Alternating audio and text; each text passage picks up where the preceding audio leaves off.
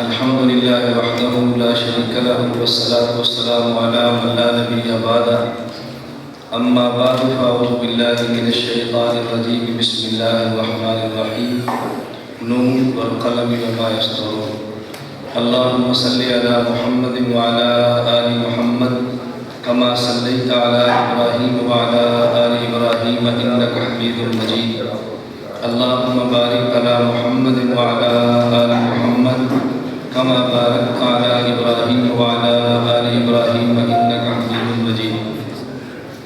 میں آپ حضرات کی خدمت میں نہایت اختصار کے ساتھ 5 باتیں عرض کرتا ہوں۔ نمبر 1، جب کوئی شخص دنیا سے چلا جائے ایک ضرورت اس جانے والے کی ہے جسے میت کہتے ہیں، اور ایک ضرورت ان کی ہے جن کا شخص دنیا سے گیا ہے اسے اہل میت کہتے ہیں۔ میت کی ضرورت ایصال ثواب ہے اور اہل میت کی ضرورت تعزیت ہے۔ ہم اس مرحوم اور مغفور نعیم اختر خان کے لیے ایصال ثواب بھی کرتے ہیں اور ان کے ورثاء خصوصاً ان کے صاحبزادے صارف اور جنید سے تعزیت بھی کرتے ہیں۔ دوسری بات، ہماری 2 پہچانیں اور 2 تشخص ہیں۔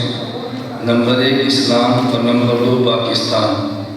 ہم نے اپنے اسلامی تشخص کو بھی ہر حال میں برقرار رکھنا ہے اور اپنے پاکستانی تشخص کو بھی ہر حال میں برقرار رکھنا ہے۔ اسلام اور پاکستان کے تشخص کو برقرار رکھنا، اس میں اہم کردار علماء کا ہے، اس کے بعد کردار صالح کی برادری کا ہے، اور اس کے لیے ہم دونوں کو مل کر یہ کام کرنا چاہیے۔ علماء اپنے علم اور دلائل کی بنیاد پر اسلام کو بھی پیش کریں اور پاکستان کے صحیح تشخص کو بھی دنیا کے سامنے پیش کریں۔ میں تقریباً ہر ماہ پاکستان سے باہر کئی ملکوں کا سفر کرتا ہوں۔ اس ماہ بھی میرا 3 ملکوں کا سفر ہے۔ ہمیں وہاں جا کر پاکستان کا جو مجروح چہرہ ملتا ہے اس کی بہت بڑی وجہ ہمارا میڈیا ہے۔ اگر رپورٹنگ ٹھیک ہو اور بہت ساری باتوں کو صحیح انداز میں نقل کیا جائے اور بعض باتیں جو غیر مفید ہیں ان کو حذف کر دیا جائے تو اس کے بہترین تشخص پاکستان کی دنیا میں جا سکتا ہے۔ اس لیے ہمیں دونوں چیزوں کا خیال کرنا چاہیے۔ تیسری بات، ہمارے یہ برادر نعیم اختر خان مرحوم جن کے تعزیتی سیمینار میں ہم جمع ہیں، میں دیانتداری سے یہ بات کہتا ہوں کہ انہوں نے ان دونوں تشخص اور پہچانوں کو برقرار رکھنے کے لیے جس حد تک محنت کی ہے وہ مجھ سے زیادہ آپ صحافی اس بات کو سمجھتے ہیں۔ میری اس گفتگو نظریات پر بھی ہوتی رہی، ہماری اس گفتگو پاکستان کے مسائل پر بھی ہوتی رہی، اس لیے ہم ان دونوں حوالوں سے ان کی تمام خدمات پر ان کو خراج تحسین پیش کرتے ہیں اور ان کو قدر کی نگاہ سے دیکھتے ہیں۔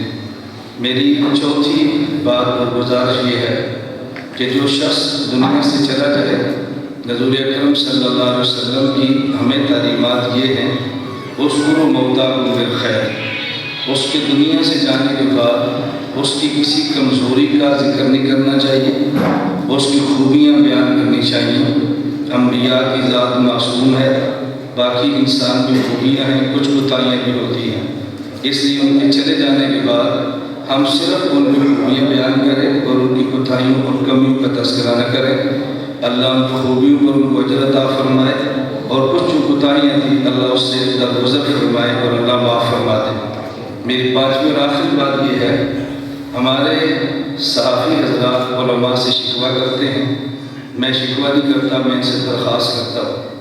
ان کا علماء سے شکوہ، علماء اکٹھے ہو جائیں تو ملک میں اسلام آ جائے، تو میں بھی کہہ سکتا ہوں آپ اکٹھے ہو جائیں تو صحابہ کا روح ٹھیک ہو جائے۔ تو آپ شکوہ کرتے ہیں، ہم درخواست کرتے ہیں کہ ان کے جانے کے بعد اپنے باہمی اختلافات اللہ کے لیے ختم کریں، پریس کلب کے رون کے بحال کریں۔ میں نے سرودہ پریس کلب میں پریس کانفرنسی بھی کی ہیں اور ہم دوبارہ اس پریس کلب کے رونوں کو دیکھنا چاہتے ہیں۔ ہمارے جن حضرات نے سیمینار کا اہتمام کیا ہے، بطور خاص ہمارے ملک اصغر صاحب، عمران گورایا صاحب، جن سے میرا براہ راست رابطہ تھا، باقی قوم سے میرے علم میں نہیں ہے، میں ان کا انتہائی مشکور ہوں اور واقعتاً انہوں نے بہت بڑا قدم اٹھایا ہے ان حضرات نے مجھ سے فرمایا تھا کہ مولانا صاحب آپ کے سوال ہوتے ہیں، جو دن آپ کا سرگودا کا ہوگا ہم وہی تاجیتی سیمینار کا دن طے کریں گے۔ تو میں نے گزارش کی تھی کہ آپ یہ دن طے فرمائیں، پھر انہوں نے میری اس گزارش پر یہ دن طے فرمایا۔ میں نے ان کا اس وقت بھی بہت شکریہ فون پہ ادا کیا، اور اب بھی کہتا ہوں اپنے جانے والے شخص کو بھولنا نہیں چاہیے، اس کی خدمات کا تذکرہ تسلسل کے ساتھ جاری رہنا چاہیے، اس سے پسماندگان کو بھی حوصلہ ہوتا ہے اور اس کے مشن کو تقویت بھی ملتی ہے۔ اللہ تعالی ہم سب کو اکٹھا ہونے کی، متحد ہونے کی توفیق عطا فرمائے، اور ہمیں جمع ہو کر پاکستان میں ہونے والی دہشت گردی، فرقہ واریت، جہالت اور دیگر جتنی اس قسم کی لعنتیں ہیں، اللہ پاک ان سے ہمیں محفوظ رکھے۔